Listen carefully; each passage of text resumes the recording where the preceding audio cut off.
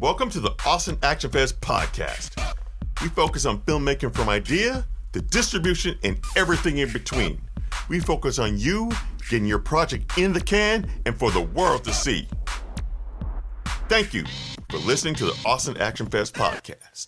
Now let's get cracking. Once people have been locked down for so long, they're just happy to see faces that isn't their wife or their kids. Yes. So they're just excited. Like, yay.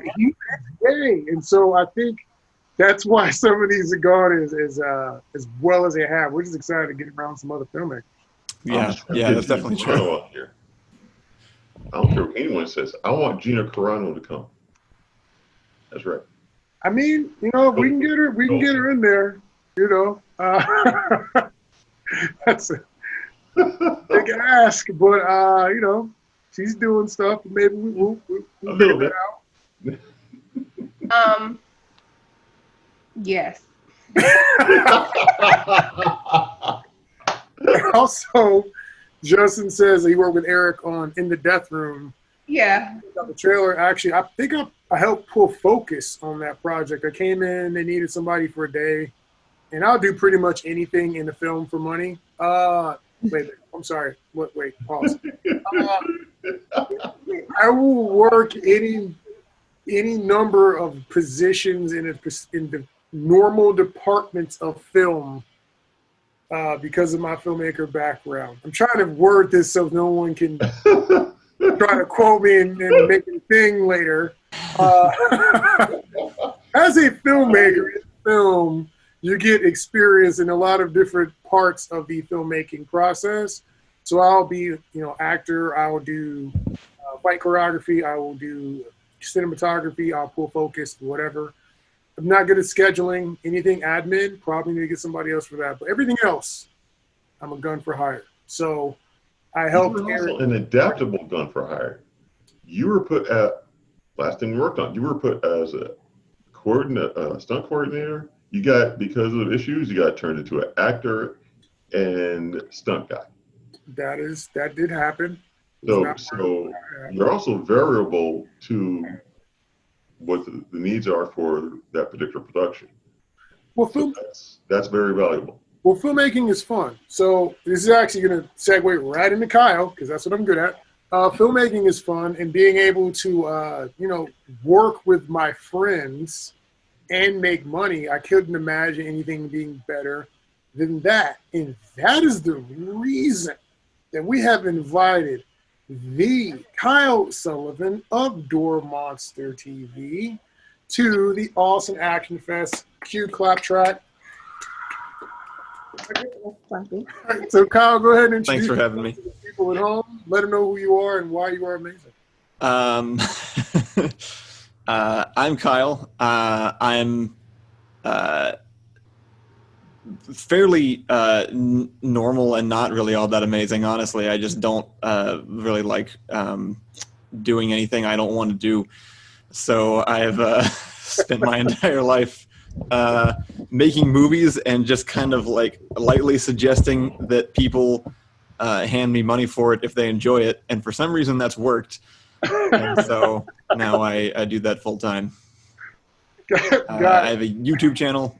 We posted regularly, we posted a weekly sketch for about 4 years, and then did a TV show pilot, and then kind of been changing our schedule up since then.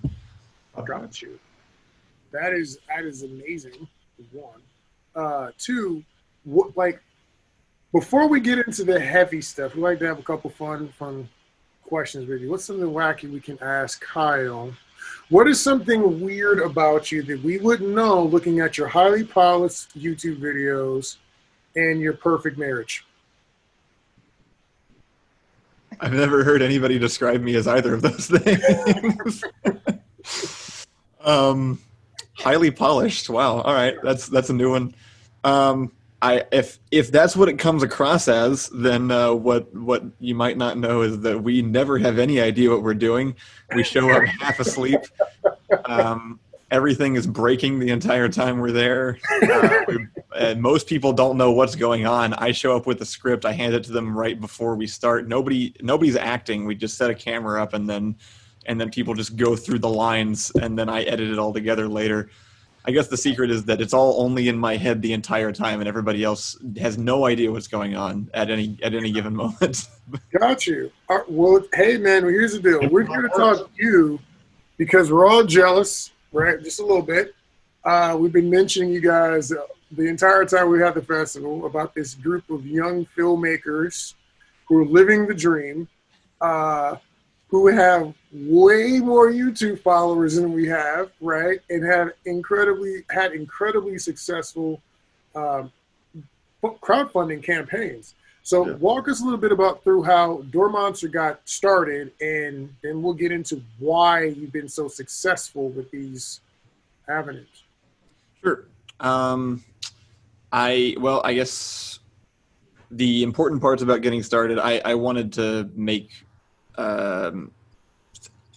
stories in pretty much any format from really young age, and was introduced to the idea that you could make an entire like short film by yourself online through other people who were already doing it. I just stumbled across it. It was before YouTube even. It was actually new grounds. I started on doing animation and things like that, and ended up moving up to film as like I was able to do things like afford a camera and get a driver's license to go places.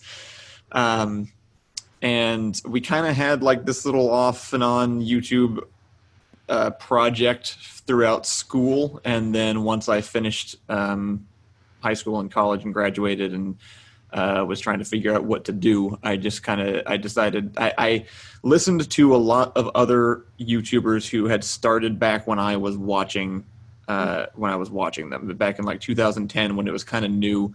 And most of YouTube was people who just really wanted to make movies and didn't have their own avenue to do so, and had found this website to start uploading them. I followed their advice, which was essentially once you've gotten started, you can't stop. It's more about when you first get started, it's more about the quantity than it is the quality, because you're still learning. And the more time you spend on each individual project, the slower it's going to be. And so I just decided I'm going to try to do this. I'm going to try to do it right for 1 year. I'm going to every single week for a solid year, I'm going to release a video. I'm going to see if it works. And that way, if it doesn't, I'll know that I at least tried and I can move on and do something else with my life. And so we made it through the first year, and now it's, 5-6 years later, and we've it worked out. So. Gotcha. That is how we do it. So you guys are pretty,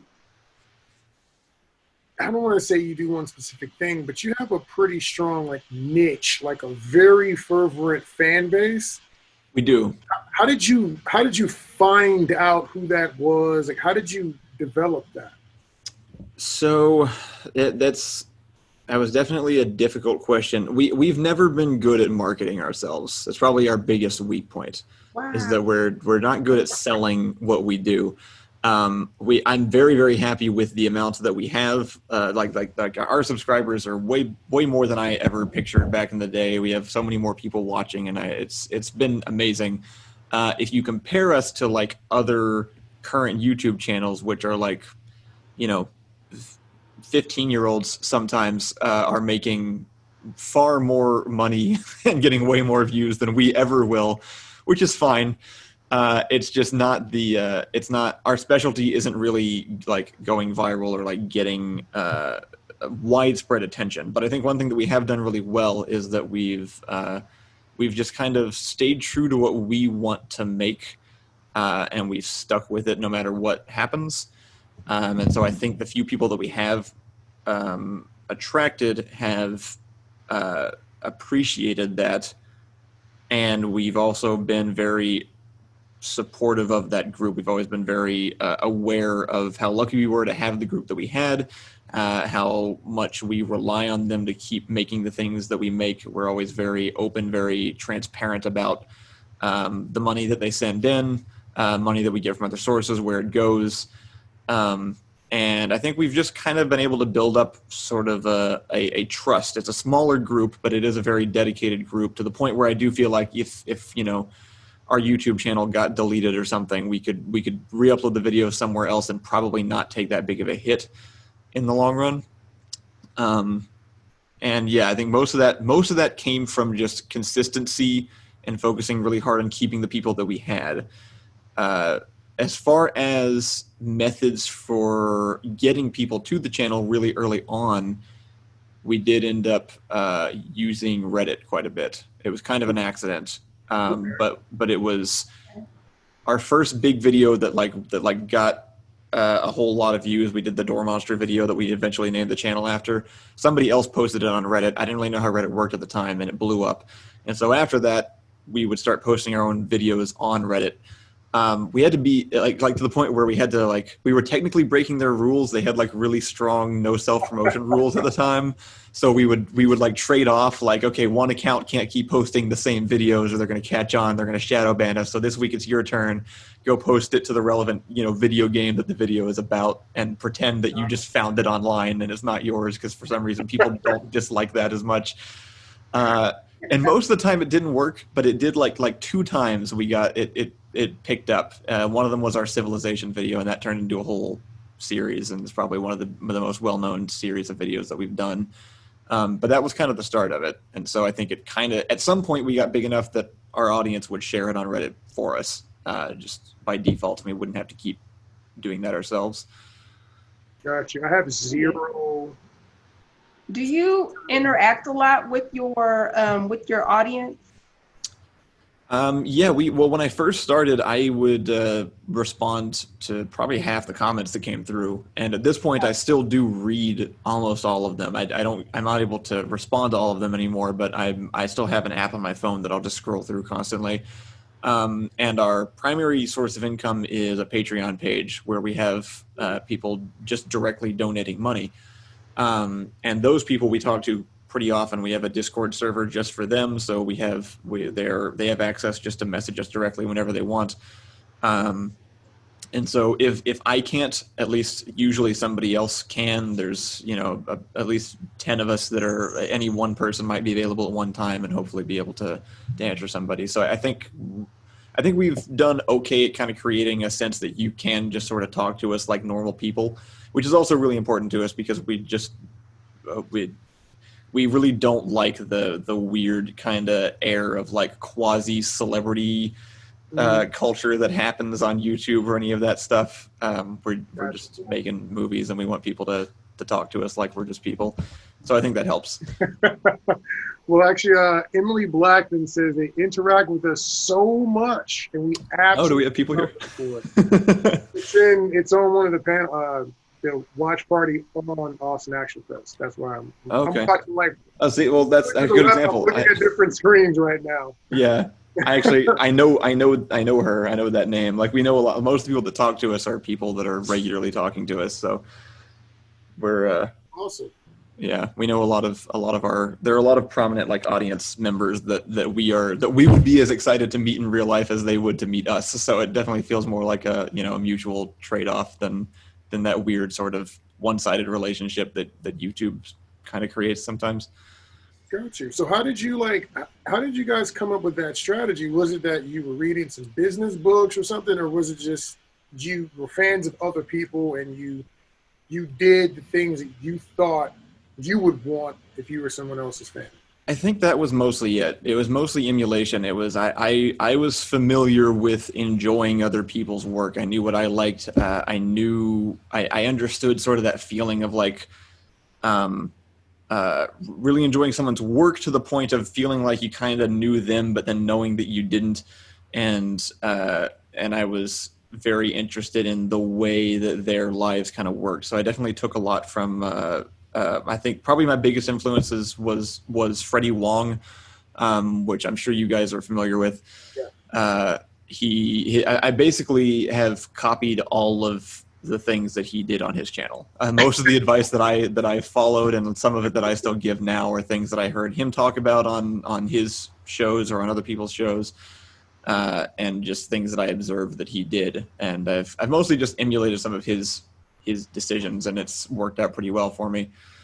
And then following that, it's just kind of, we're just as much fans as we are creators. So we're we're observing how everybody else does things, and based on the way we started and sort of our perspective on it, there are certain things that are like we really like the way certain people conduct themselves, and there's certain things that we very much don't like and try really, really hard to never touch and never steer into. Copy. So far, what I have down is, one, we bend the rules when we have to. Two, we copy things that we like, which I think literally every filmmaker understands that we all do this. Like, be it Rodriguez style of action or something you saw on television, it's a game of duplication. Yeah. Honestly, yeah, and it's weird because both of the things you just mentioned are definitely things that you're told like not to do, or at least there's like this air of like I don't know, like you're like those are lesser things to do. Like you shouldn't. Their rules are in place for a reason, and originality is king. Yeah. But the biggest things I've learned from this entire experience is that the rules are all made up and are usually dumb, and and creativity is just about hiding what you stole it from. Okay. Effectively. I'm writing this down. Rules are all made up and they are usually dumb.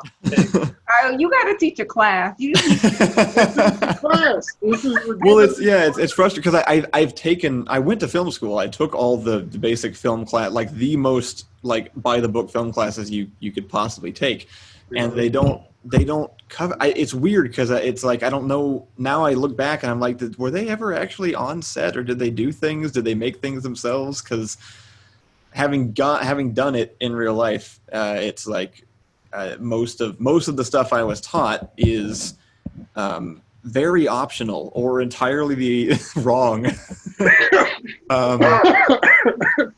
It's very optional. I've never heard that before. Very optional. But they treat it like all this stuff is mandatory, like this is the way it's supposed to go, but it almost never is.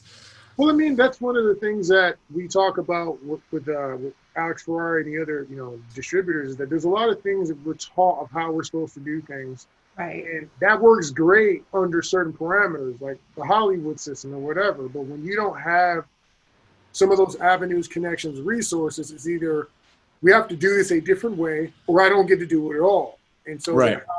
how important is the process? Right. So that makes perfectly good sense. Actually, we got a question. I know this is off topic a little bit, but someone asked, do you take any of the profits from the stuff that you're doing? Is there anything that you're like philanthropic or feel a need to engage in, or any causes that your company works with that you take a special interest in? We haven't yet. We've only just now gotten to a point where we're able to start paying the people who've been working on the channel for free within the last couple of months. But especially with the protests and everything that's been going on right now, we have actually just now started looking into I wanted to donate money somewhere. I wasn't even sure where. I just wanted to do something that could help. And at one point I was like, DoorMonster has way more money than I do. And as far as I'm aware, companies can't donate money. So we've started looking into it now. We don't have anything on the books immediately, but we are actually, we feel like we're in a stable enough position that we can start looking into those kind of things. It's been on my mind for years. That's we awesome. Haven't been able to yet. And one of the things I know, like for Action Fest and Ballistic Blade, is we try to, so just so you guys know, I'm Ben Reddick, director, Austin Action Fest. This is Edwin Quiones, which is one of my business partners in Ballistic Blade Entertainment. Speaking at schools. One of the reasons we wanted to be successful in business is that now I get speaking engagements. Like I spoke at Manor High School, Manor. I spoke at Burlington, Vermont at their technical school, which is amazing, by the way. These kids have like studios and IMAX and stuff in high school. I'm so mad. Yeah. Like I get jealous when I see, I'm yay, great. And in my heart, there's fire. It's right. like I wish I had this stuff when I was a kid, but getting to go talk to those guys and talk about the business side and the marketing side, because they're very talented, but maybe they're not thinking about all the stuff we're talking about niching down, etc. Was part of the reason I wanted to be successful. So that's Yeah. awesome. You guys are gotten to a position where you can actually pay. You can pay your people, which is Yeah, that's very new.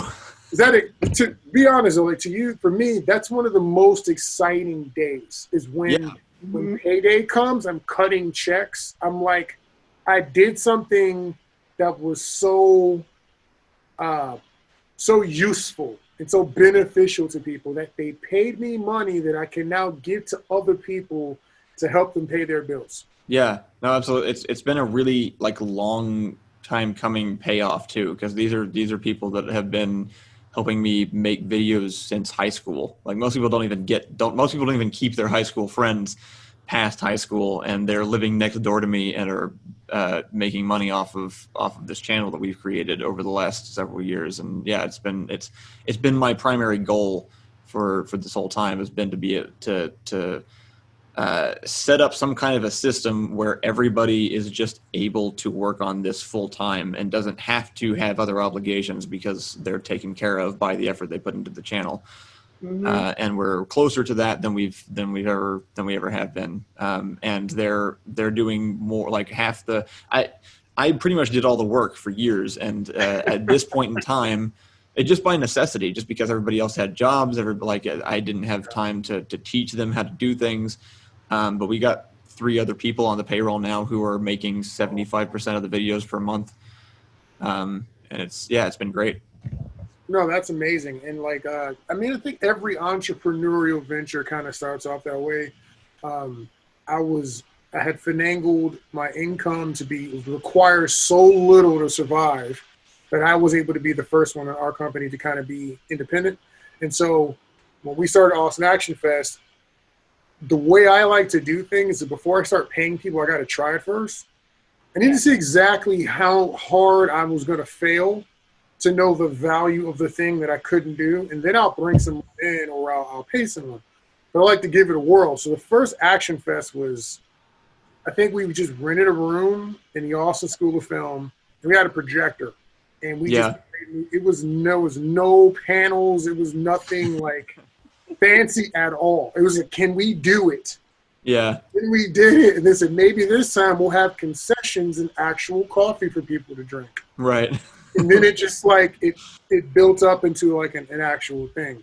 So as far as something, Ben, if you don't, I want to ask Kyle, what motivated you when you were starting this up? And like you said, you wanted to try it first. Like what pushed you to keep going? What made you not go, well, I'm not making money, I'm not seeing results, so I might as well just stop? What made you keep going?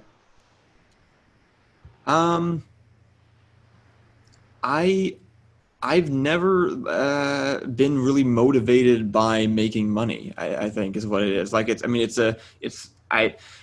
not to like sound high and mighty about it or anything, because I don't feel that way at all. It's really just It's okay.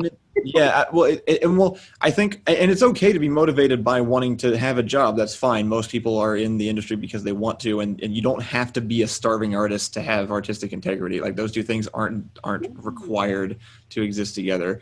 But I personally, if I'm not making movies, my brain is just constantly generating characters and stories and all of these different things, whether I want it to or not. If I'm doing anything else, it just builds up, and I have to put it somewhere. And so that's why I make things. That's because I have to get it out of my head. So I'm either making movies or I'm running D&D campaigns at the very least, writing something, or it has to be put down on somewhere.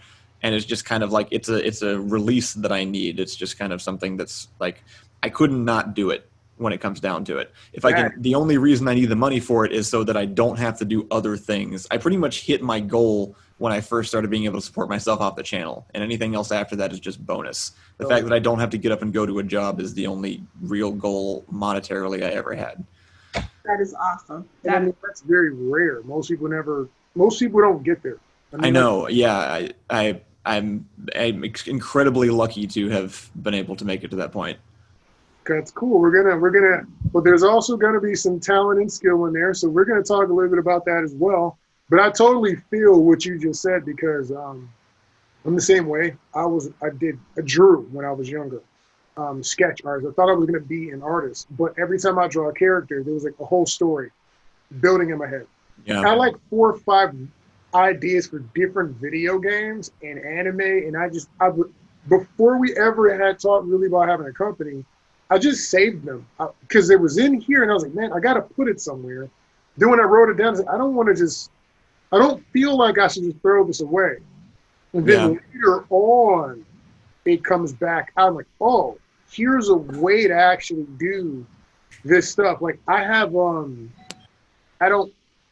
I rap occasionally because it's fun. Because where I grew up, people came up doing that. I had like notebooks full of lyrics that I didn't really have a plan for, but I still have a notebook full of lyrics that they'll probably never see the light of day. I'm ashamed of half of those things, but I had to get them out. I had to get them out somewhere. So as far as the YouTube and getting we figured out how you got so many followers and individuals engaged in your YouTube.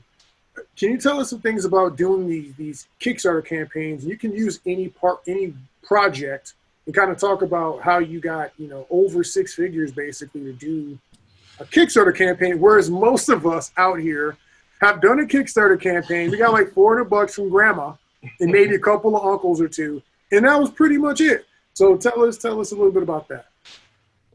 Well, I'm gonna be honest, I'm still not 100% sure how we did that. We knew that what we were asking for was insane, and so we essentially just overshot by as far as we possibly could, or tried to.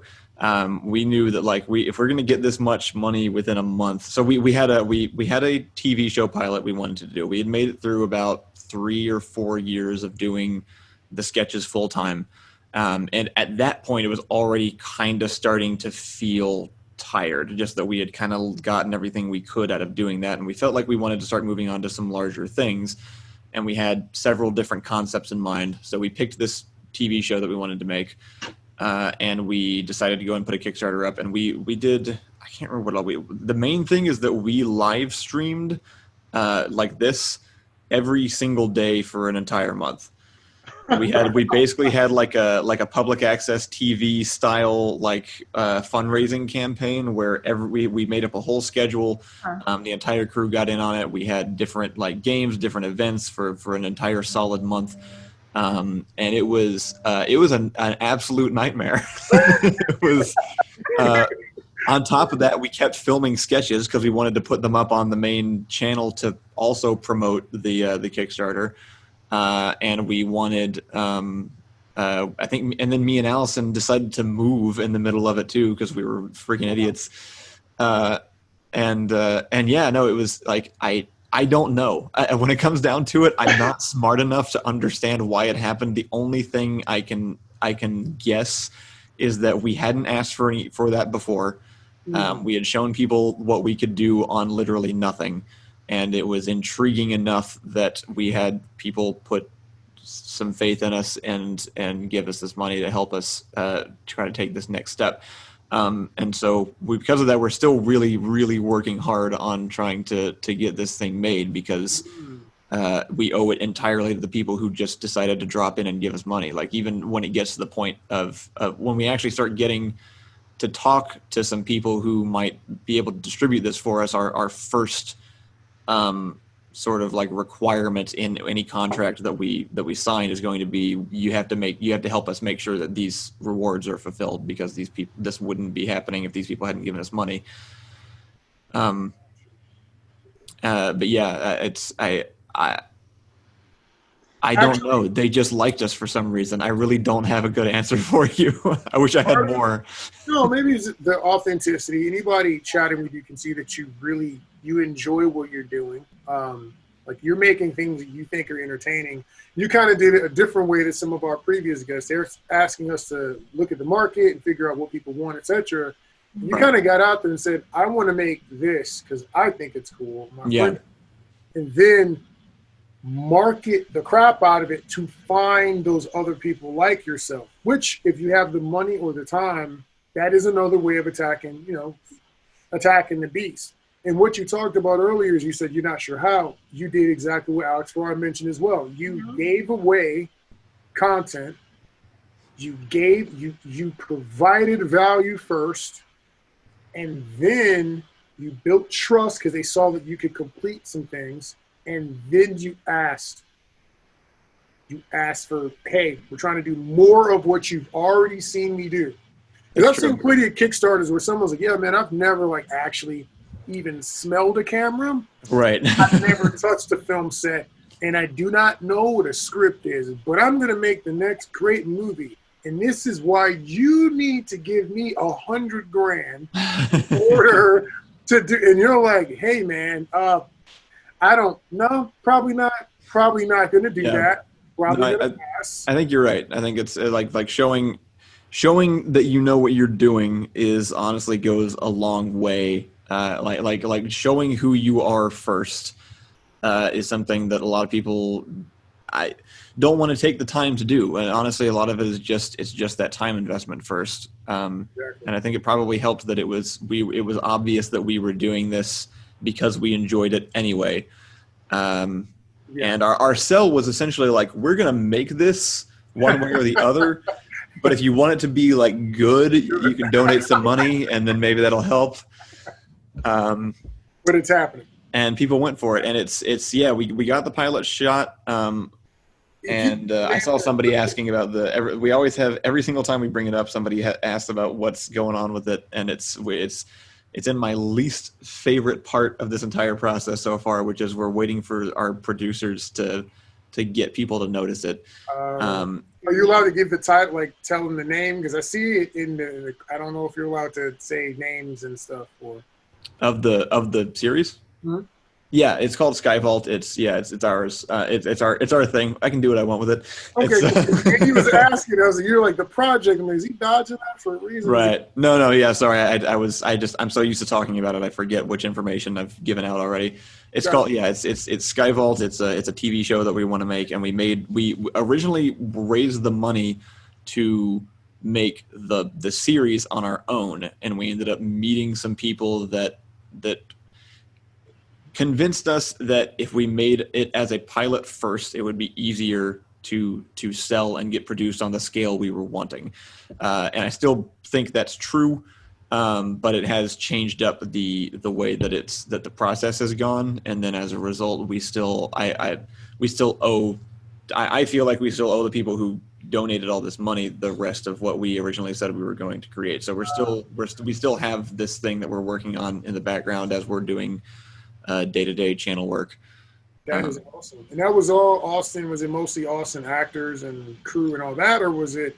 It was almost entirely local. Yeah, we ended up hiring 2 people from out of state to play a couple of parts that we were because originally, again, it was gonna be only us. So I was gonna be playing a part in it along with somebody else, and we ended up getting it down to where it was like only 2 of us. But at that point, all the actors were gonna be better than we were. So we were like, all right, well. We'll concede we're not gonna bring this down by being in it ourselves when clearly we shouldn't be. And so we hired on a couple more people last minute, and they ended up coming in from out of state. And they're like we want them in the final version now. They did such a better job than we ever would have done. You guys worked with them actually. Oh well, yeah, we got to do a little bit. It was our pleasure, right? And it looked amazing. I was very jealous. I'm looking because it looks like some Indiana Jones, like with the. I'm into costumes, man. So like anything that's like period or whatever, I'm in. Yeah. I have like 10 costumes here, just ready to rock and roll. Everyone's like, I need a mercenary and I need a ninja. Got you. I already got it. Right. Which color do you want? So actually, I think Edward had a question for you. Oh, no, I was just asking if I could ask you. Yeah, you can ask one if you got one. Oh no, I don't have one now. You never know. Okay, he's waiting. But I just for later, just when he thinks of one.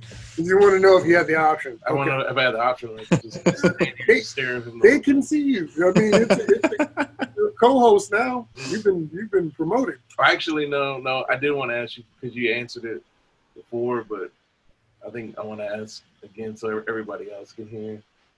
Because you did fight choreography. Oh, intensive. I did. I would say. I trained for the part that I ended up having. Yeah. And like, Forgot about that. can you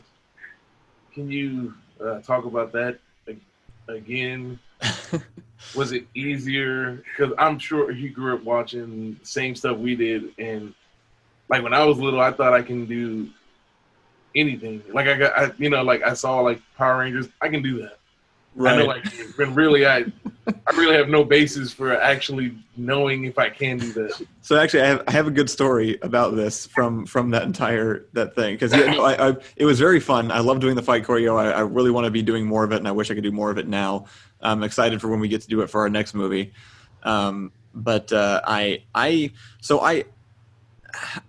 at some point in my life, somewhere probably around high school, I was under no disillusion that like I was like the action hero at all. Like I knew I wasn't. I could look in the mirror and be like, the only way I'm a protagonist in a movie is if that movie is like super bad or something. That's what I look like. I'm acknowledging that now. I'm not the superhero.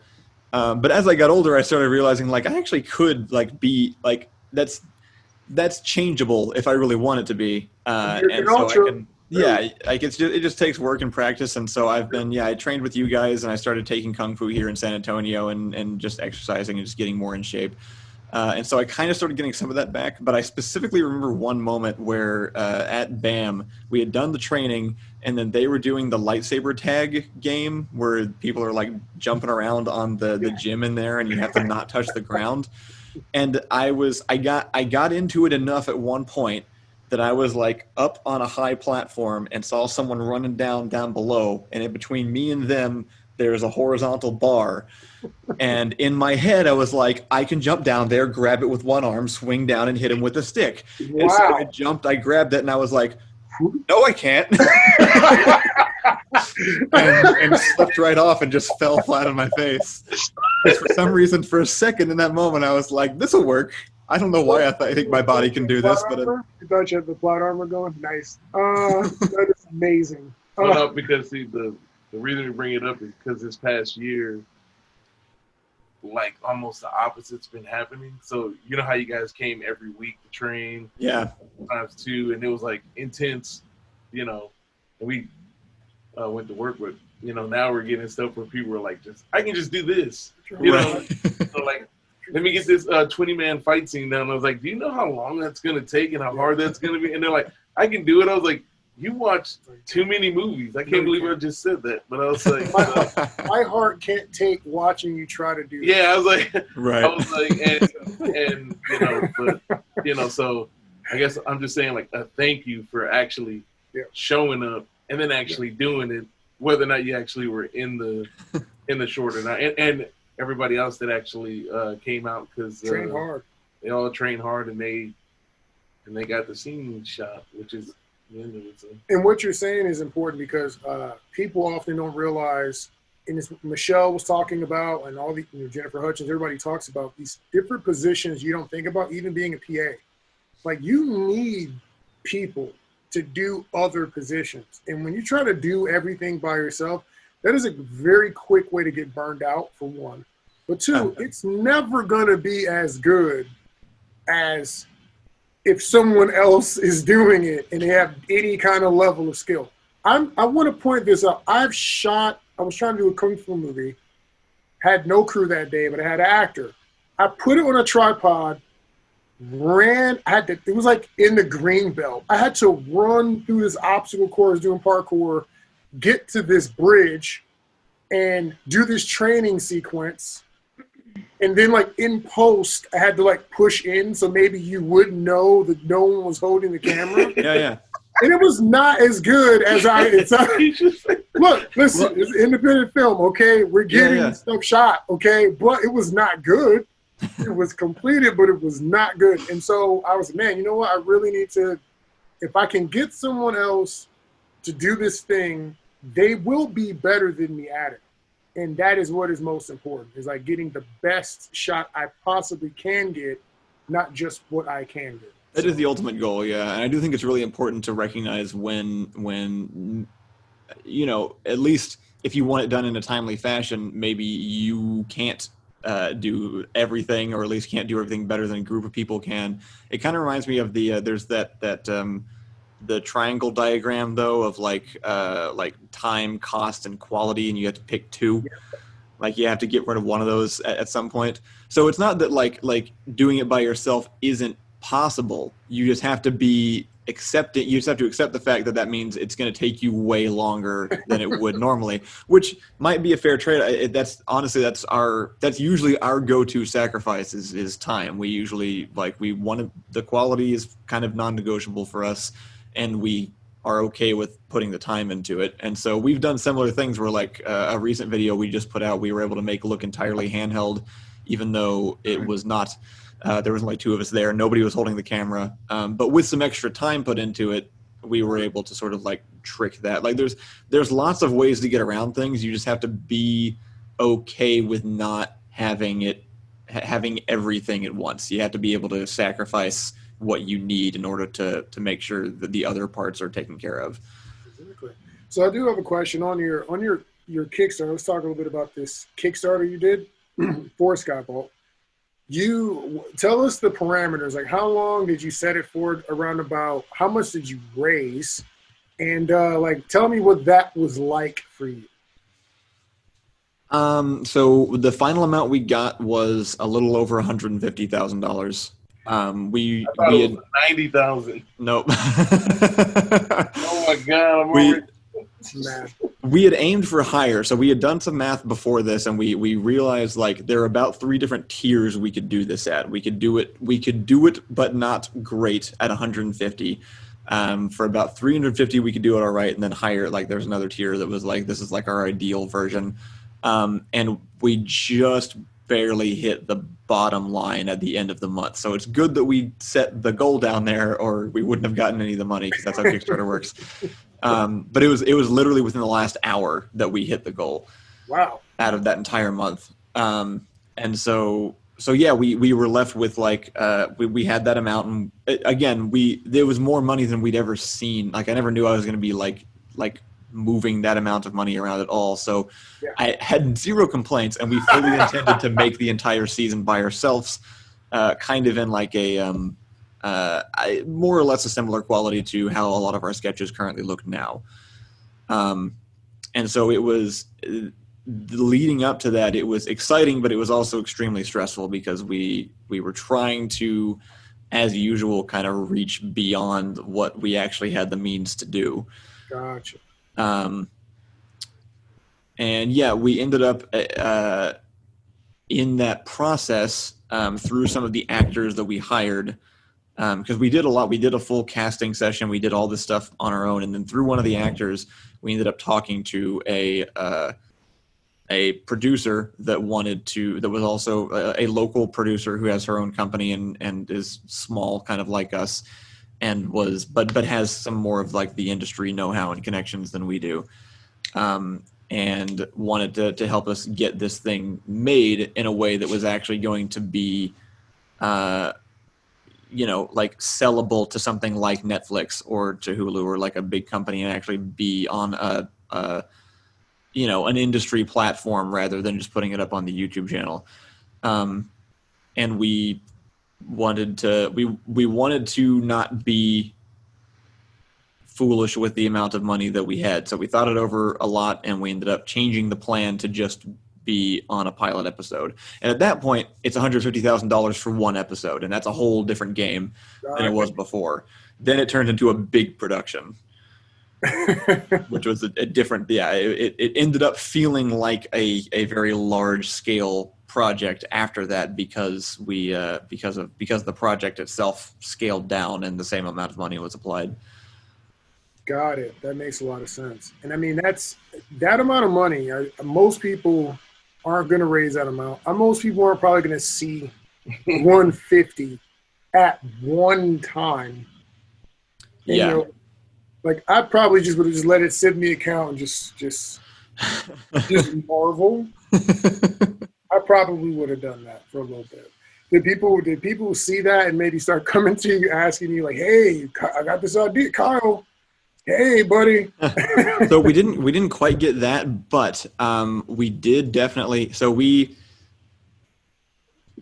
trying to think of the best way to to jump into this without launching into a whole rant. We this Sounds He should like ran away. interest peaked. this was our first experience with industry professionals since I had been to film school. Since then, I had receded to my own little internet bubble, and we had created this whole world for ourselves in which we had our own rules, and this is the way things worked. And so this is the first time going back and working with people who were used to being on not more professional sets, but definitely sets that thought they were more professional than we were. We're getting all the salt and savagery today, guys. And at the same time, I think that nobody on our crew had ever actually worked for a project that had that amount of money before. So they showed up with this expectation that did not match what they got, because instead of somebody who would be making a $150,000 pilot under normal circumstances, it was us. And we didn't do things the way they were used to, but they definitely were there because of like the size of the project and the amount of money that was available, and it colored our experience of the film industry and Hollywood and working on larger projects within that arena very significantly, to the point where we have brand new entire like policies and plans on how we're going to be making future projects to specifically avoid a lot of the things that happened during that project. I think a lot of filmmakers say we want Hollywood to come rescue us, save us, and all that stuff. But I don't think we really do, because with Hollywood comes all of Hollywood's rules, Hollywood's way of doing things. And I mean, I admit to being a little scrappy, a little indie in the way that I shoot things, and having a Hollywood setup or whatever could make it less relaxed or less fun. So I could definitely see that. I think what it does is that it makes it really easy to lose sight of what your actual motivation is based on the people we interacted with there. It offers money, and it offers respect to a degree from your peers, like professional appearance, and I think the issue is that when you first start making movies out in your backyard, nobody is going out with their friends to shoot an action film because they want fame or because they want money or because they want the Hollywood elite to recognize them. That's not the motivation when you start. But by the time you get into that world, that seems to be the driving force behind everybody's actions and decisions rather than actually making something. And I think when you first enter that world, the traditional way is you enter as a PA or something, and you kind of work your way up and you become sort of integrated into it as you go. And for us, we had developed, again, our entire own made up way of doing things from the outside, and then just got smashed together with this other world. And so it didn't mix very well in most cases. And what you're referring to, we call it, it's kind of like we have a term we use called glam directing. Well, what happens is that you have a person who really wants to they want to be the star of a thing, and they'll bring it to you and say, hey man, I want to do this thing, it'll be awesome, yada, yada, yada. Typically it's a passion project, there's not a lot of money involved. So they'll bring you in to do it, and they're bringing other people in so that they can be the star. So I've seen that happen a lot of times. And I mean, if you're really talented, you have a person who really wants to that can work.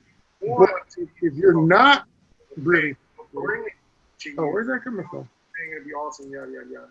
Typically, someone has the Facebook up, so you need to take it down. So they'll bring you in to do it, and they're bringing other people in so that I'm on. There we go. No es mío, but.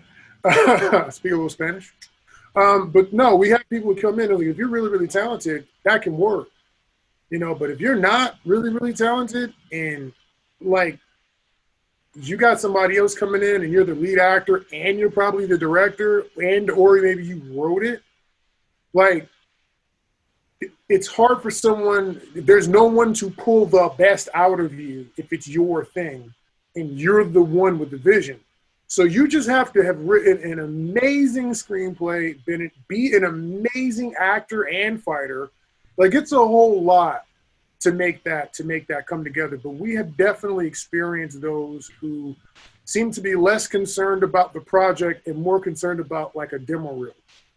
And I'm like, yeah, all right, man. I mean, it seemed like most of the people that we worked with were kind of like what you said. Like everybody wanted to be the star of the project, and that was kind of their motivation for being there. Is they wanted to stand out. They were there because they thought they could get something from it. I think, which again makes like it's. I get that world. I understand that it exists and how, and that people have to that entire. That ladder and that set of rules has existed for decades, and it's not really something that you can just sort of ignore and still be a part of it. So I understand it, but it definitely it was kind of a wake up call to us for like, maybe this isn't actually what we want. Like it's felt like the end game this whole time. It feels like you're doing YouTube and you're doing all this stuff so that you can eventually move up into this higher arena of Hollywood and the film industry and this professional filmmaking world, but having now been, in a very, very mild version of it, I have to imagine, because again, it was just, we were still running it. So I don't even like it must be way worse like in LA on somebody else's set than it was for us. And just that one little taste, we were like, this, like all the things we enjoy about our day-to-day job are just buried here underneath all this other stuff. So maybe this isn't actually what we want. Maybe we need to seek out other methods of making this stuff happen for ourselves rather than trying to go along this existing path, because we've gotten used to doing it this other way. And I can go on a really, really long tangent complaining about exactly why I think it's problematic and all drag anybody today. But we appreciate you being that candid about it, because a lot of us don't. A lot of filmmakers are looking at what you guys have done and what you were able to do, and we're looking at that and going, "That's the goal." And to hear other people from the other side say, "Not really. It may not be everything you think it's cracked up to be." Yeah, well, I think it's important to question that, at least. Maybe it is what you want, maybe it isn't, but try to if you've felt like that is 100% where you're supposed to be for your entire life, but you've never actually experienced it, you might end up being disappointed. It's hard to know without getting into it. He had a Tony Montana moment, like he's in the mansion, he's got the tiger and the woman and the whole nine, and it's not enough. It kind of felt like that a little bit, and we hadn't even. It's not like we weren't in that room. We just saw it like through a window. It wasn't even. We hadn't even gotten there yet. We were just like passing by, like, oh, wouldn't it be great to be there, and kind of look in and like, oh no, that looks bad. That looks real bad actually. We should change course. But that was actually really good. So I see someone, Justin had a comment. He said, let me pull it back up. He said, when it comes to angel investors supplying necessary capital that you believe you need, I think it comes down to what message you're trying to get across. If it's good or if it brings light to the darkness or whatever. Do you feel like one of the reasons your Kickstarters have been so successful is the message that you're bringing in some of those things in your projects, or do you think it's more so you have maybe content that is providing like escape, maybe? Do you feel like? Yeah, I think probably more the second one. I think if anything, it's any kind of message we may have already brought. I don't think people. I don't think people really are that invested in ideas. They're invested in finished products and they're invested in other people. But like I'm invested in my ideas. I have these stories I want to tell and I'm excited about them, but nobody else is ever going to be as excited about them as I am. So the things that I think are driving people to support those are again, like you said before, it's the stuff we've already made. It's the stuff that we did without help for free.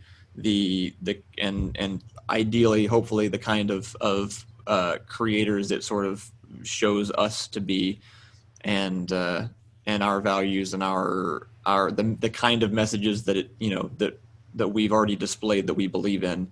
And so I think at that point, the people who are donating are people who are like, they want to see more of that. They want to see something like that, but bigger. They want to see that expanded.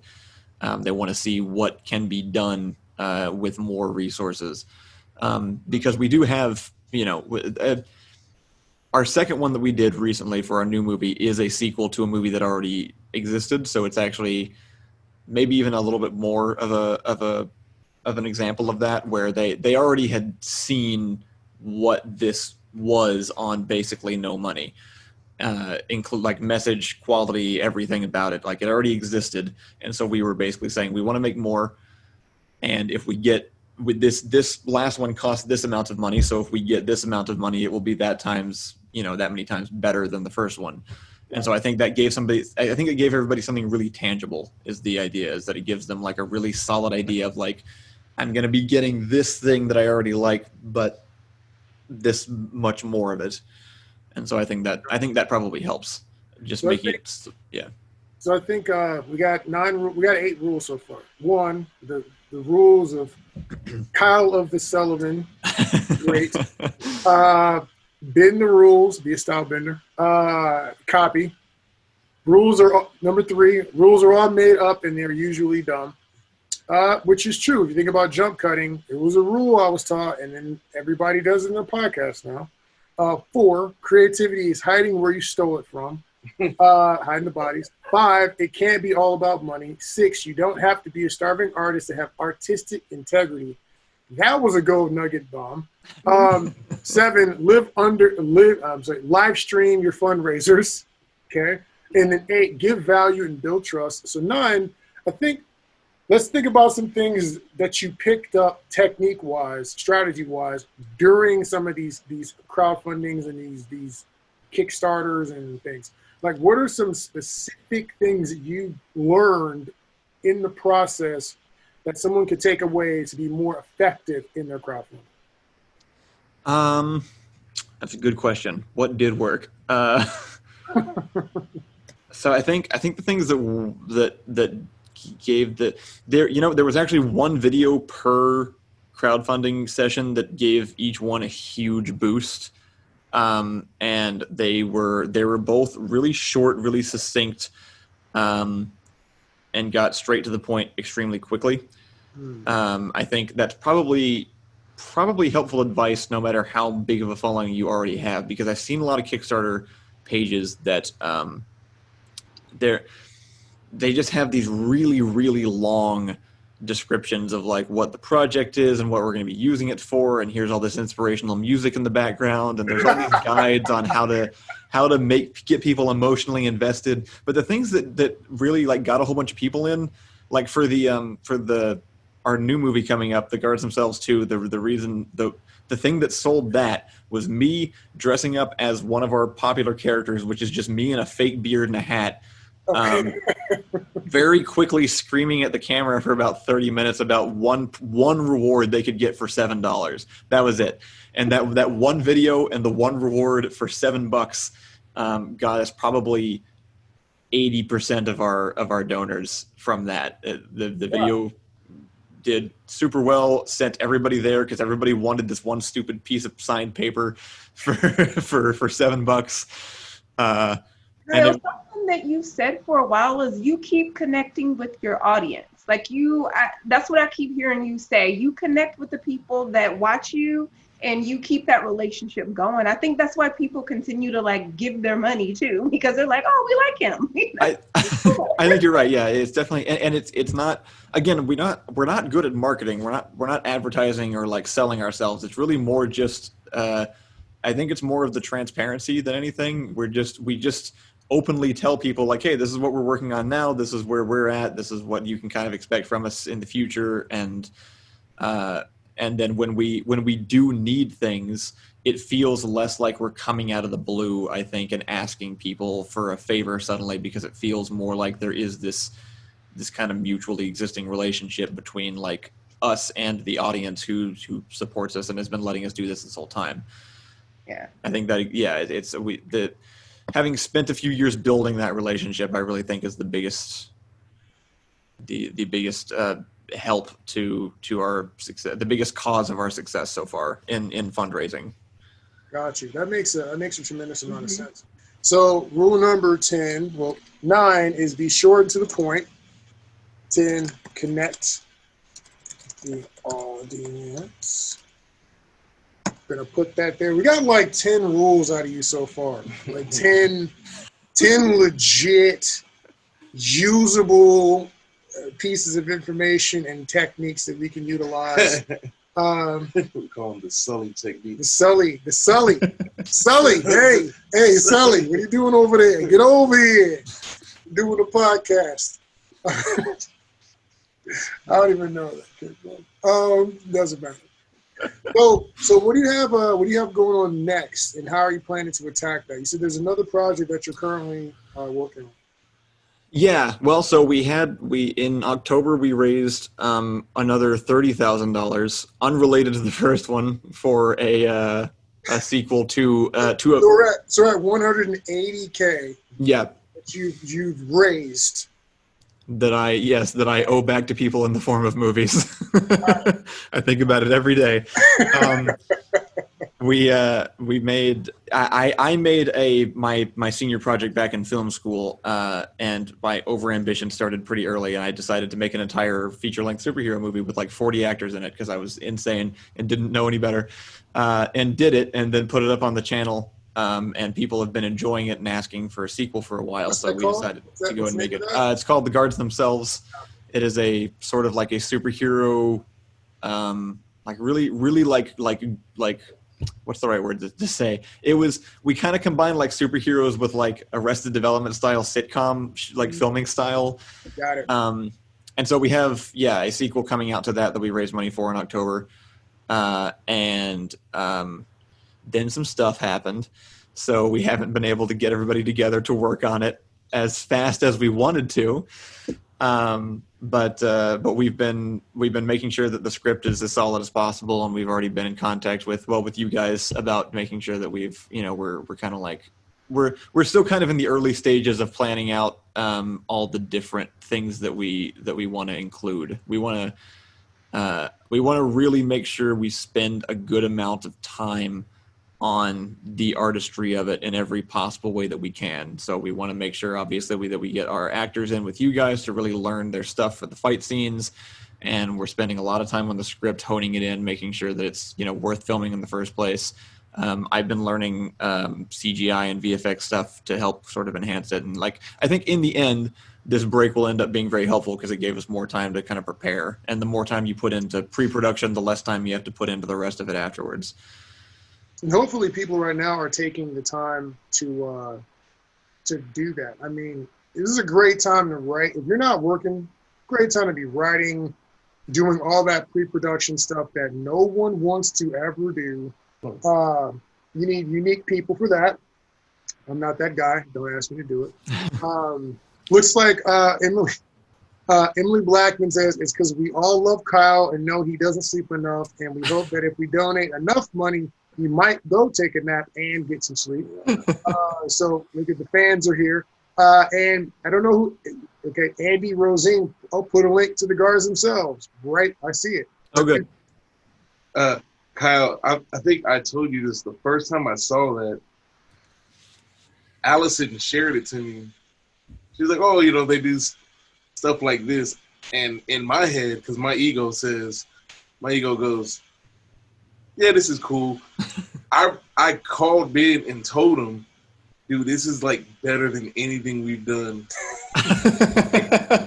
like a couple of years ago. Did I? And in my head, and then Allison was like, how'd you like it? I was like, It's cool. I mean, it's whatever. It's not like anything. Okay, but we need you guys real bad because there's like a fight scene. There's a fight scene in that first one that is just we literally showed up and just had to make it up on the fly because I knew nothing about how to do a fight back then. That's how it goes. So I'm super excited. When you guys asked me to be on, I was hoping that you would, but I told you that night. I speak for Ben. He's been wanting to do something like this for a while. So he's been talking about stuff like this for a while. So I'm really excited that the character that you'll be playing, Ben, is like one of the favorite characters. Like people are gonna know who you are on our channel very well after the movie comes out because that's everyone's favorite character already just from the first movie. What's funny is that what he just said, I literally mentioned this in a previous podcast. Who were we talking to, Keisha? Where I mentioned when me and Edwin see things, we want the best for everyone. We're compassionate capitalists and all that. But when we see other stuff, we're like, man, we got to smash that. This isn't good. We got to do a better one than that. Like it's the competition. So, so he confirmed it. I didn't tell him to say that. It's just this is. Because I don't think I ever told you guys that. I just told you guys that. Oh yeah, we'll do it. And I was okay with that. But I remember seeing it the first time, and I was like, are you kidding me? Because we hadn't did Rob or anything. Yeah. We hadn't did Rob. We hadn't did a lot of stuff. So I was just like in my head. I was like, bro, this is getting upset right now. Highly upset, and I hadn't met you yet. Yeah. I knew Allison. I hadn't met you. I'm like, I don't like this guy already. I don't even know him. And I don't like his face. I totally get that. I've had plenty of that with other people on, especially now because I'm getting like old enough that I'm seeing other 20-year-olds making stuff on YouTube. That's like I wasn't able to do that 8 years ago. Blocks or whatever. The kid that had I think he opens Legos or something like that. He's like 8. It makes like $1 million or something weird off YouTube. I look at this stuff and I'm like, man, what in my life? Oh my God. And I'm like happy for these people. And at the same time, like, I have got to get it together. And I know you run your own race. I got it. But like, I'm a competitive person. So when I see someone else making these moves, I'm analyzing and going like, what can I do? What can I take from that will allow me to be more effective, more useful? From anything that I see, that's because to me, film, I came in with the mind that it is art and business at the same time. It's both of them at the same time. So anytime I see anything in business or art that's effective, like I saw Hamilton, I was like, bro, I could totally write some killer historic bars about the Constitution.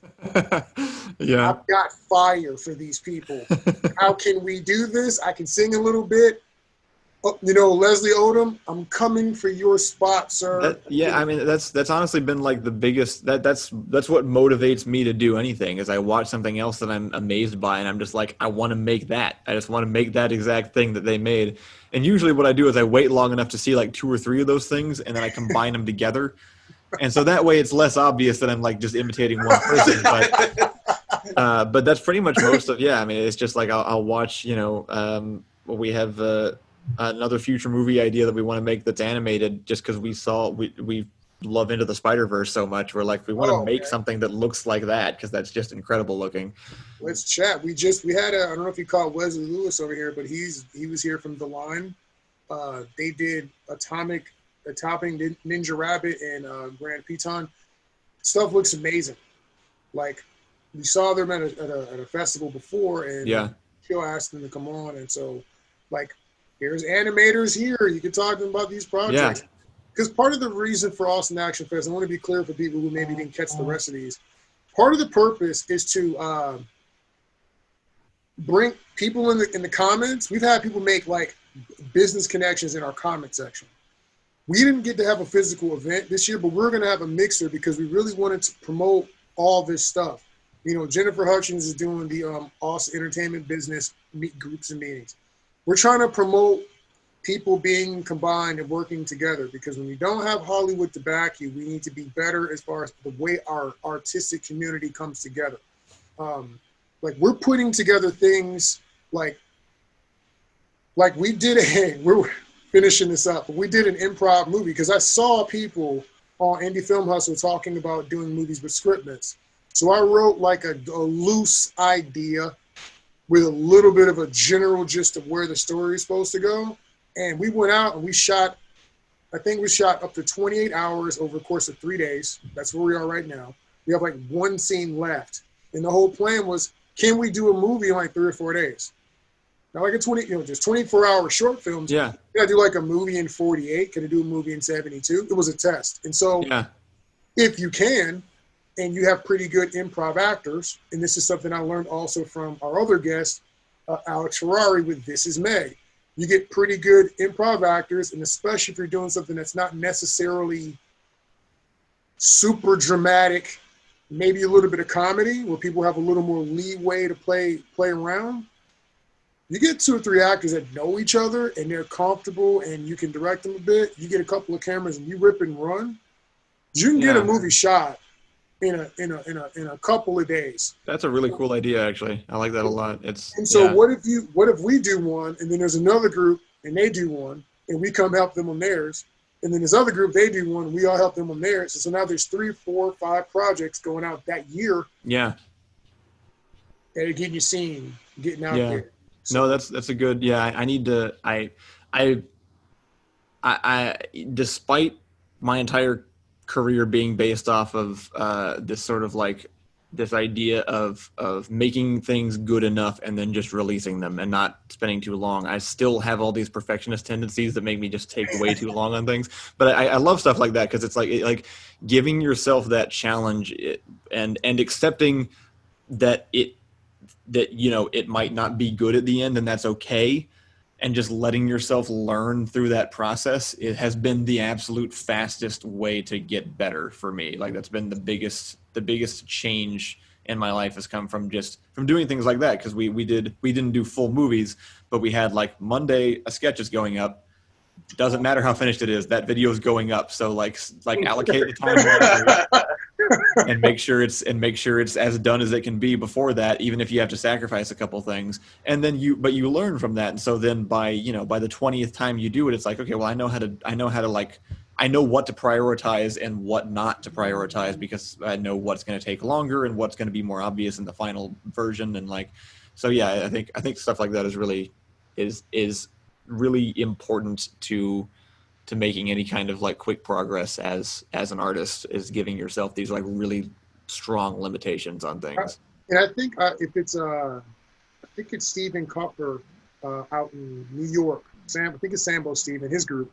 They do a fight scene like a specific day. They go on a practice, rehearse, shoot a fight scene. Like that day, it could happen. And I mean, giving yourself those constraints, and if you combine that with whoever is getting better at filmmaking and picking up shots and doing the cut in their head, like everyone does a lot of the cutting in his head before we've done. I'll plan a lot of things out. He'll be on set figuring out, okay, I'm going to move this here, I'm going to do this here, I'm going to do this here. I never do that. Yeah, he does all the time. I'm like, Edwin, we got to shoot this cop. We got to shoot this cop interrogation. He's like, okay, we're going to get the light, drop it here. I'm going to go here. I need the close up. I need to move it this way because they do it like this in Law and Order. Right. Exactly. Other people have figured this stuff out. Just imitate that. Like it's not that big of a deal.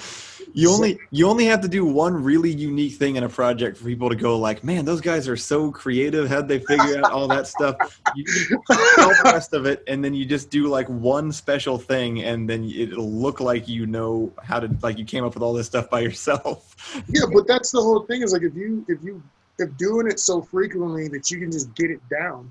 Like you know what you need and what you don't need. Right. Saves you a lot of time too. Because a lot of times, I mean, I've been on sets where we shot 20, 30 takes. And I'm like, I can't tell you what's different between some of these takes. No, I mean, that's a good point. And I'm guilty of that myself. But yeah, no, at one point we did this video where like we were really pressed for time, and thankfully Allison was on set and she was like, you get 2 at most. Like if you have to redo one, you get a second one. And it was fine. Like the video is up on our channel, and you can't tell the difference, even though the other ones we did 30 times and that one we did twice. Like we still made it work. That is awesome. Add that to the list, Ben. You only need to do one creative thing. Oh, you're right. That's sorry. That's golden. One creative thing to fool people into believing that you're awesome. Did get a question for you, Kyle. If you were writing your autobiography, what would it be called? I've already decided on this. I think it's either That Shouldn't Have Worked, But It Did, or or That Took Way Longer Than I Thought It Would. I like the first one. I like the first one. That was cool. The word did. That is amazing. So, I think we kind of went through all the financial stuff, but just curious, if you could work on anything tomorrow, an existing property. Now, maybe it's not a movie that's being made. Maybe it's a comic book. Spider-Man. Spider-Man? Yeah. I was just like Spider-Man. Boom. I know he would do Spider-Man. Either that or Star Wars related, but it's probably Spider-Man. Definitely Spider-Man. Yeah, that's why Spider-Man. I don't know. I've always loved Spider-Man. It's just my favorite. I watched Spider-Man cartoons and played the games and stuff back when I was a kid, and it's always been my favorite superhero. I don't know the reason. It's probably just because he's made for me. I was a nerdy white kid that wanted to be a superhero growing up, so. Got it. Hey, man, say no more. Listen, nerd, over here. Tell them, bro, there's photos of me at Ren fairs, bro, in costume. And if I'm like, if you're coming with me to a Ren fair, you're getting dressed. We're not going in there looking like civilians. I outfitted 2-3 people to come do these things. So I'm like, we're going to go. Let's go. My Ren Fair photos have been printed on canvas and displayed on my office wall in order, one from each year. Taking it to the next level. I've got a new goal. Got it. Because I wanted. Actually, you know what? No. You no idea. I don't do Ren fairs. I don't dress up. They're so great. Direct one title. If I could direct now, I'm gonna say this. I'm sounding like Kyle now because I don't want to rant. I know yours too. I would want to make a Blade film. I knew that was going to be, and it was going to be Blade, or if I can just work on a movie, no matter what it was, would have been a Ninja Turtle movie. Oh, okay. Okay. But I don't mind being any. I would, in fact, back in the day, when they had the actual teenagers or whatever, and they were the foot soldiers, I would like to be a hero foot soldier. Oh, okay. So not just a background one, one that's a little like more a putty. Skill, yeah. One of the putty. But and there's a lot of Blade fan films that I've been watching, and I think I can put my hat in there. Yep. All right, so we got a couple Kickstarters to get going. Keisha, do you have anything? I'm looking to see if we have any last questions. I know. I got your question for you is what I'm asking. Oh. There's a project. Do we have any questions? Let me see. No, if you could pick any property, which one would you direct? Which one would you take on making? Anything that's already established, right? That exists in the world. It doesn't have to be a movie. It could be a book. If you could do one movie, what would it be though? Oh, okay. I'm gonna take it a little bit different. I know if I could work with any one person, I know who that person would be and who I would want to direct. It would be Megan Good. Oh, really? Yeah. I did not see that answer coming. So yeah. That's my dream person. If I ever get to work with her, I think I'll be like, I made it. Yo, is there this voice in the darkness, I gotta say, it's chilling by Washington. Yo, Samuel L. Jackson. Yeah. Period. That's the man that I want to work with. Got you. I think there's a lot of people I would enjoy working with, but if you give me a choice of picking a person I prefer or doing a movie that I want to make, that is not even. There's 4 that I'd be all over giving any shot at all. One is a book, Stephen Erickson, called it's The Malice and Fifth, Stephen Erickson and Ian Esselmont. It's this series of fantasy novels that is obscene. It's kind of like reading Conan because it's got so much anthropology in it, but it's just epic combat. And I would magic and swords and freaking werewolves. I'm freaking in there, right? I would love to take a shot. There's a Sega Saturn game.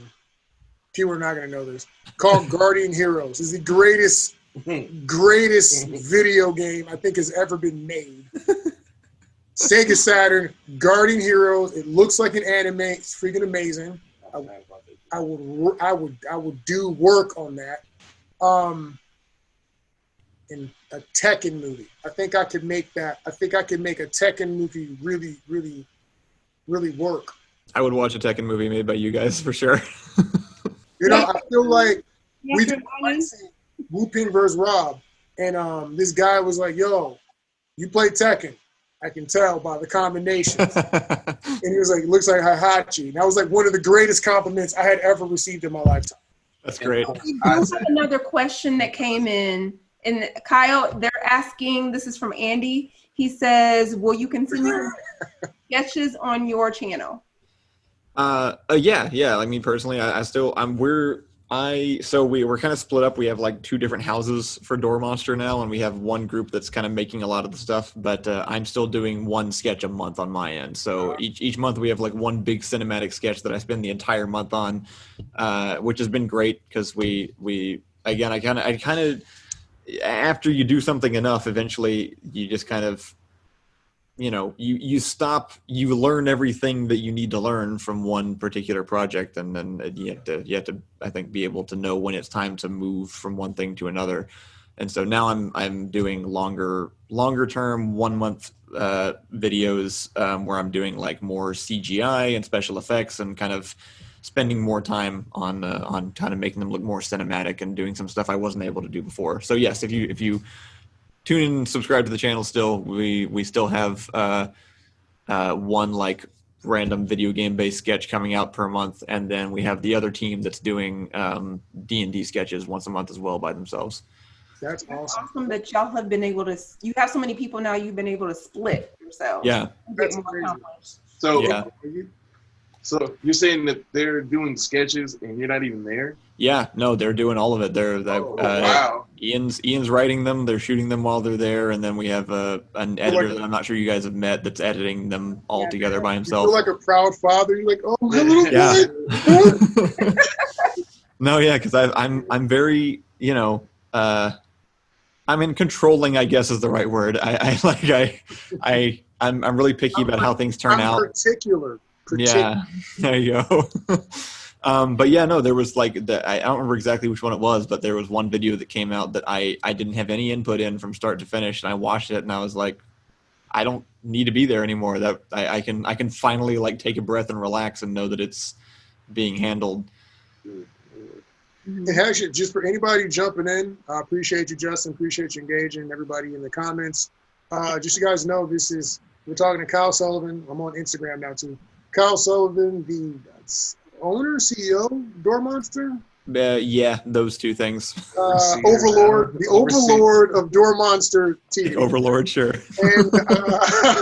And just you guys that understand, go back and watch the beginning of this. Kyle was able to raise over 180 grand and counting, I guess, in funds. I don't like hearing the numbers added together like that. It stresses me out. 150. Wait. Okay, fine. 150 on one campaign, and then 30 grand on another campaign. So, if for anybody out there that's got like a pride thing, take that jab. Take that. Take it. But he was able to raise that with his team for 2 different projects. So we're talking to him about what it took to to make that happen, and some general ideas about his filmmaking team and his YouTube team. We've got the 11 rules of Kyle of the Sullivans over here that I will be releasing. This is definitely going out like to the masses. It's super cut because it's genius stuff. Pearls of wisdom from Kyle. We need some shirts. Hey, gotta get us some shirts too, man. I gotta get some shirts so I can represent, DoorMonster Film Fest. Oh yeah. I got my DoorMonster shirt on. I need to get the Action Fest shirt too. Oh, that's coming. If anybody has any other questions, you can drop them. I'm looking at the Austin Action Fest site. I'm looking at Ben's page, so you can drop them and I can read them out. Got you. Justin's telling you to keep going, stay positive, never sell out. critical. I don't think we're in a lot of danger of that. I think a lot of the stuff we've been talking about is that literally everything you would sell out to, Alex Ferrari already told us that it's built on foundations of sand that was never intended to really profit as filmmakers. So I think people are starting to wake up to the fact that the game is decentralizing itself. Yeah, I hope so. I really hope that that's the case. I feel like it's definitely much more possible now than it ever was to be able to make these things without having to go, go to the industry for help. And so I'm very excited to see everybody start doing that and kind of seeing the bulk of production kind of start dissipating out of Hollywood and kind of being spread around to more places. You can do a lot of stuff in Austin, Texas. And so I had a question for you. And like I said, part of the reason we do this right here is to bring light not only to local filmmakers, but independent filmmakers in general. And to, they have the American Film Market in Cali. Hey, man, we're going to have the Austin Action Fest Market, which is a market for action-oriented content, which includes horror, which includes adventure, which includes most sci-fi. As long as the kick stabbing, chasing, or jabbing is somewhere in that project, we can have a conversation. So hopefully we can be a part of that decentralization as well. For you, since I know you're dabbling with some distribution options through your channel, what are some things that you would look forward to, since you're now in those conversations, for maybe like if there's a new distribution model that's going to pop up, or a new channel that's like a Netflix for indies or whatever, what are some things you would like to see? That's a really good question. I do think there kind of is a missing step somewhere in between, like YouTube and Netflix. I think a lot of people have tried filling that in, and the two sides have tried sort of like reaching into the middle. But I feel like there needs to be at some point something new that exists as kind of a third step in between those things. YouTube has obviously started as like entirely independent, just upload your videos and see how they do kind of platform, but the company has expanded into like making their own originals and doing these different things. But when they do that, they do it still by industry rules. It's still the same thing. It's like they still play the same game as everything else. So there's like that huge gap is still there even on the same site. And I don't know the solution. We've tried thinking about this and wondering if there's anything we could like try to work on or introduce that would help kind of steer it in this direction. Yeah. But we haven't been able to. But I do feel like there's room for something that's like this sort of like mid-range, like middle-class film studio kind of area where like we can hopefully get these smaller production companies that are not, Disney, but also aren't just some people in their bedroom that can get together and collaborate and do business with each other and actually make their own content. My green screen in my bedroom is no, I mean that's still where we are too. But I want something. What's up? That's what we're doing now, Kyle. We're just throwing shade. That's what I mean, though. We're all in this on the same level. Like I feel like I want something. There just needs to be more tiers. I feel like it's too big of a jump, and I feel like that has been closing in recent years, because I can't. If you wanted to make movies in 1980 or something, I guess you were just out of luck. You just had to go. You had to go be a PA and work your way in. Like you couldn't like get a camera and make stuff by yourself. Yep. But now you can get like everybody's phone is better than the camera I was using when I first started. I literally said that like 2 podcasts ago, because we started with our first camera wasn't a Canon. It was that Sony Coolpix something that my friend he's catching shade now. Marquez DeBose. Y'all gotta get is the one who told me this. Look at the photos. You got a good camera, and I bought it right. And then we immediately got into filmmaking. I was like, "Yo, this is trash for filmmaking." And then I got on this other set, and this guy was using Magic. He was transitioning from film. He was using Magic Lantern on a Canon T3i. And Magic Lantern is like a pirated operating system that sits on top of the Canon software to get you additional features, right? Yeah. So we did that, and we picked up a couple of we had 3 Canon T3Is eventually. We were running around thinking we were the hotness, putting up a storm, and then we upgraded to the Blackmagic 2K, and so we had that for a while, and it was pretty, and then we upgraded from that to the Panasonic GH5S's. So that's where we are right now. For the slow motion 4K, I mean, it's just, in the image quality just keeps getting better and better. Yeah. But my cell phone, I have a Samsung S10 or something like that. The slow motion and camera HD is so much better than anything that T3i was putting out. Half the time I don't even shoot stuff with the T3Is anymore. I'm like, I'll just get it with the phone. The first year and a half of our weekly videos was shot on tape. I have a box of the tapes. They're the ones on our channel that have like hundreds of thousands of views. That's what we shot those videos on. And yeah, my phone records better than any of those videos ever looked. And that was the big problem. The big obstacle was getting equipment back in the day. But I just feel like that's being removed more and more. I'm currently learning Blender, which is completely free 3D software that can make things that look like photographs. Like I have the video I'm working on for this month. I've already done some test renders, and it looks like video footage. Like there's no distinguishable difference between something that was just made from nothing in a 3D software and the footage I shot out behind my house. And it's free. Like anyone can do that. Shoot us, as we're telling everybody else, shoot us some information. Like when you guys are working on projects or whatever, send it to us. We want Austin Action Fest, our page, to be more than just like, oh, look at all the cool stuff Austin Action Fest is doing. We want it to be like a hub of independent action and independent. We have animators, Chilimwe is an animation 3D effects person. We want that kind of stuff to be in one space. And hopefully next year when we do our normally we have a gaming tournament too. So we want to turn the festival into more like a South by Southwest. It's not just film festival. There's gaming tournament, there's cosplay, there's, anime. Yeah, that'd be awesome. It's all of that stuff. And so route that stuff to us so we can share it, boost it, put it out there. So, because our communities are all related. So like I have friends in California that do a lot of mocap for video games. It's like,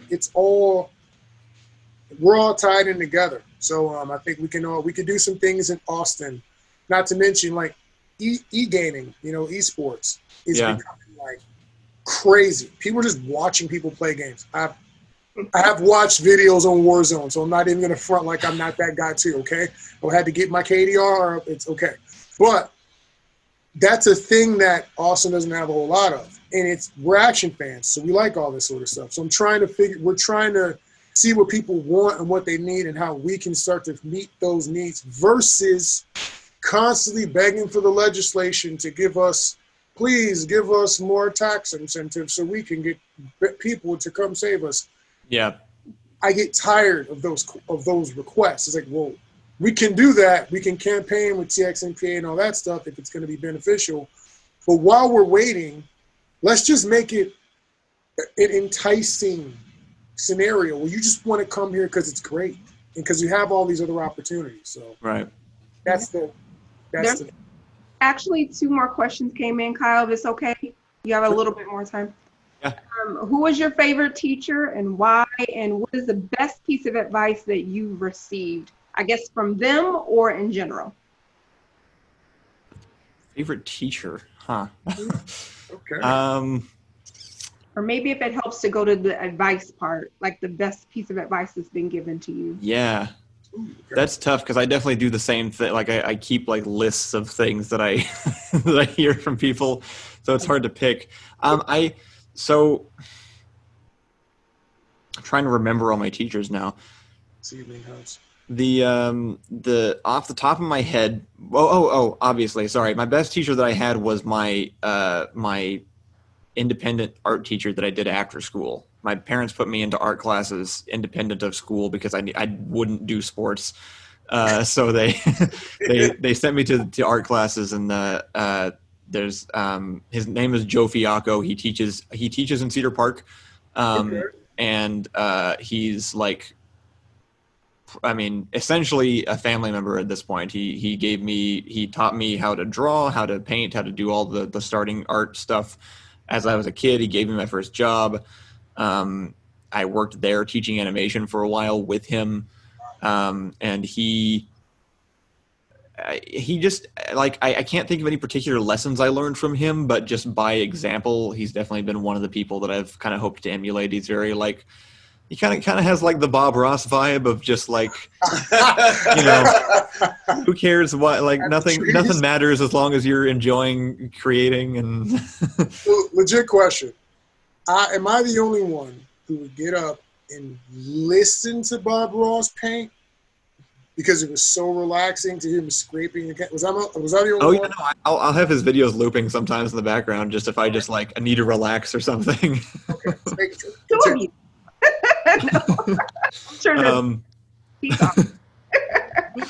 but yeah, that like teacher wise, he's great, and he's still teaching. And if you're in Austin or Cedar Park and want to take art lessons of any kind, I highly recommend looking him up. It's just the studio. Cedar Park is where he teaches, and it's just kind of out there by the movie theater if you happen to live out near that area.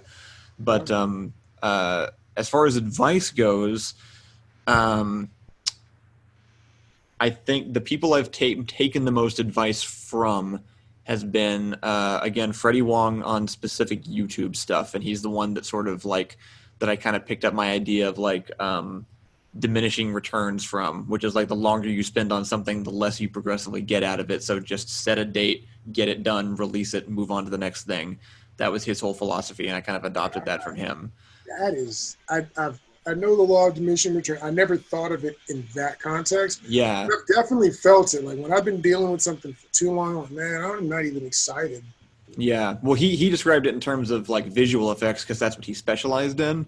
But his example was like if you're adding an explosion to footage, like first step is you drop the explosion stock footage into the shot and you're 90% done, right? Like there wasn't an explosion and now there's an explosion.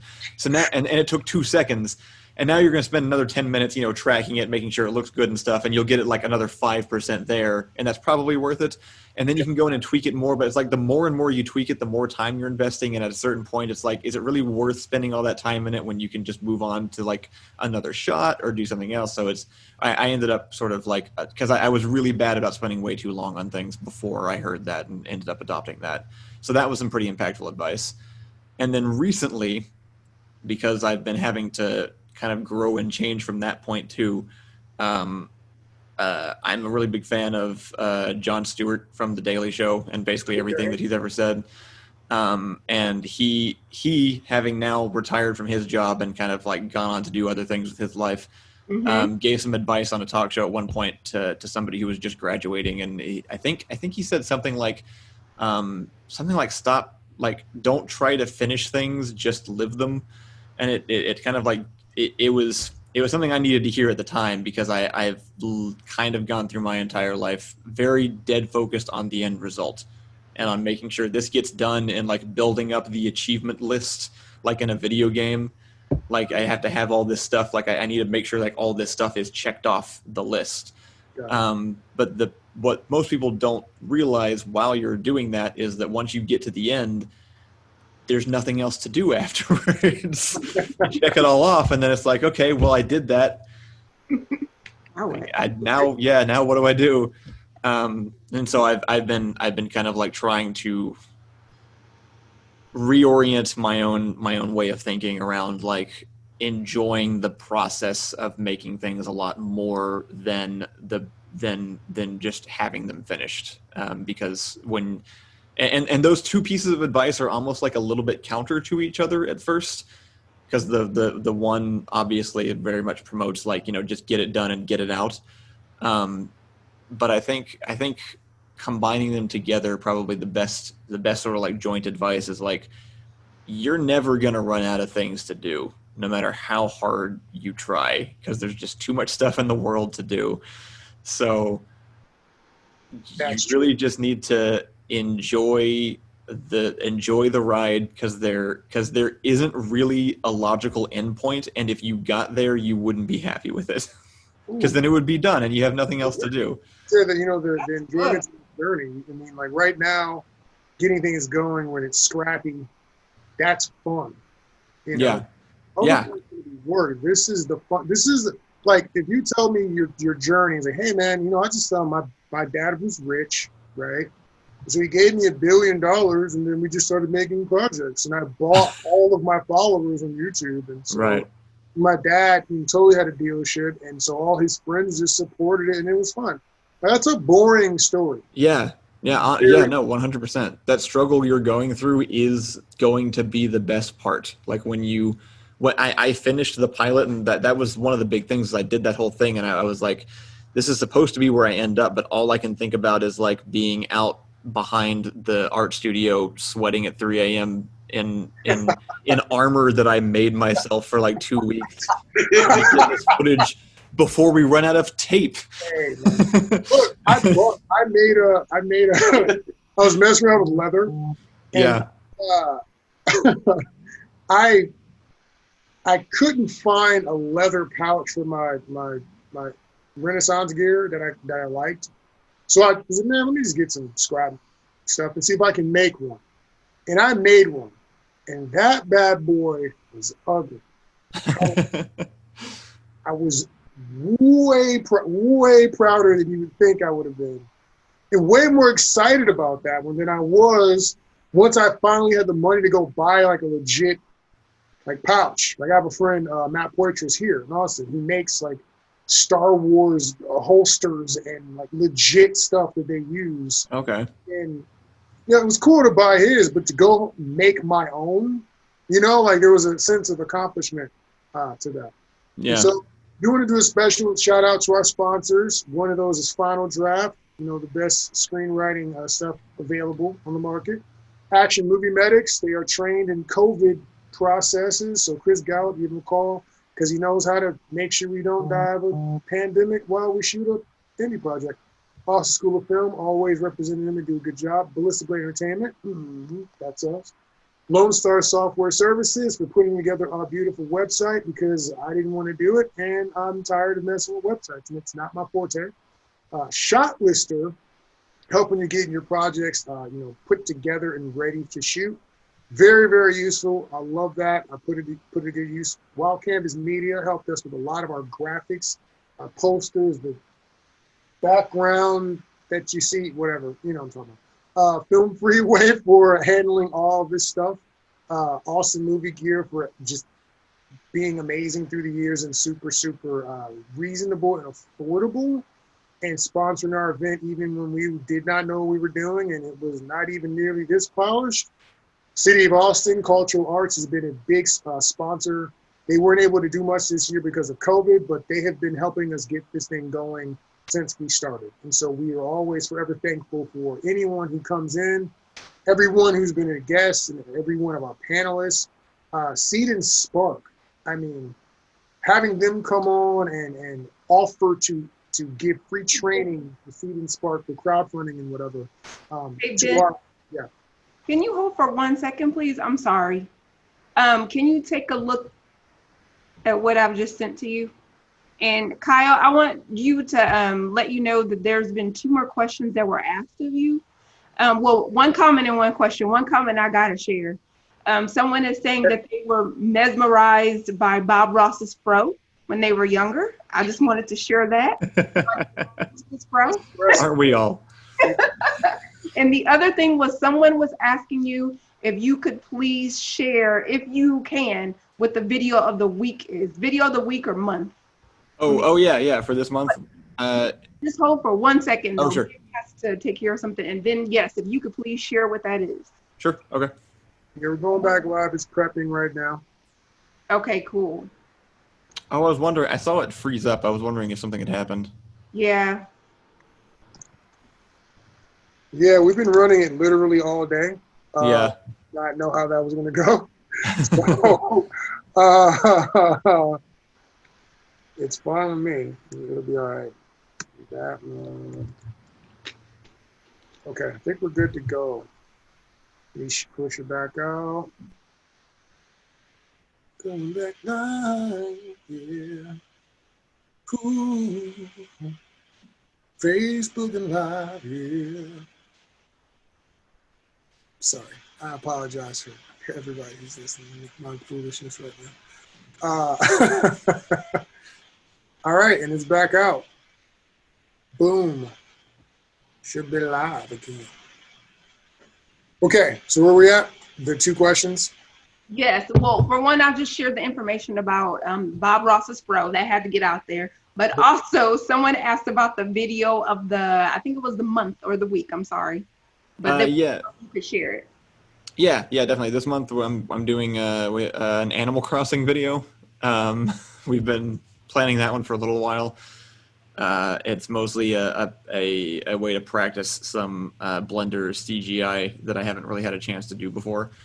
So it's based off the game, and I'm working on like adding elements from the game into handheld like actual shots and like tracking that stuff in. Got it. Okay. So now I don't have any more questions. No other questions came up. So I think that's okay. Yeah, I think that's it. Did you have anything else for Kyle before we thank everybody? Just thank everybody. I think literally almost everyone on the planet just now. So I think we might have already done that. Besides, heard you.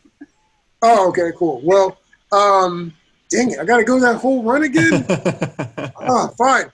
Okay, let me see how fast I can do this. What? Anything for Kyle before I do the final sign off and thank you? Before we let him go, yeah. Later, Kyle.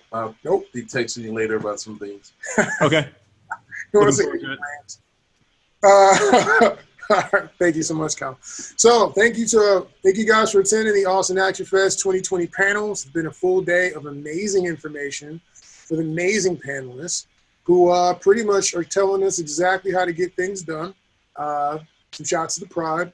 But in film, you got to have a decent ego, take those hits and learn when you're not doing it the right way or doing it the way that's giving you the results that you need. There's people out there, there's information out there, and we'll bring as much of that to our festival to share with you guys, not only the show side, but the business side as well. Thank you so much for Kyle for being here for that. Yeah, definitely. Thank you guys for having me. Awesome. Thank you, Cultural Arts, City of Austin, Cultural Arts. I'm not even sure what they're called, Cultural Arts Grants, something. You know who I'm talking about. They sponsor a lot of these artistic endeavors, do an amazing job. Thank you guys for being behind us all these years. Awesome Movie Gear for having very reasonably priced gear and also sponsoring us when we did not know what we were doing. You were amazing. Thank you for Film Freeway for allowing us to do this through your site. It was a bird right there, crazy. He's trying to get in the shot. Not today, sir. Not unless you pay to be a sponsor. So Film Freeway, thank you for allowing us to use your platform to get out there in front of these filmmakers and allowing us to help these filmmakers get seen by everyone else. Wild Canvas Media did a lot of our backgrounds, a lot of our flyers and things of that nature. Fantastic organization. We work with them a lot. So if you need anything, hit a Wild Canvas, shoot. They do posters. James Drake is ridiculous and he does way too much stuff.